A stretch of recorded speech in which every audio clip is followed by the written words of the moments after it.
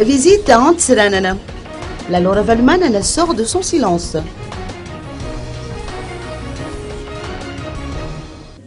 L'ancien président Mark Ravalman n'est pas autorisé à communiquer avec des personnes étrangères aux membres de sa famille. Son épouse, la Laura Valman, considère que cette interdiction constitue une privation de la liberté, voire un emprisonnement. Les fêtes de fin d'année approchent à grands pas et l'ancienne première dame invite les autorités étatiques à faire preuve de bonne volonté. Elle appelle l'État à libérer l'ancien président afin qu'il puisse passer les fêtes de fin d'année dans sa résidence de Faravouij en compagnie de ses proches. La Laura Valman n'a pas manqué non plus de réitérer la nécessité de s'engager vers le processus de réconciliation nationale mené par le Conseil des Églises chrétiennes de Madagascar.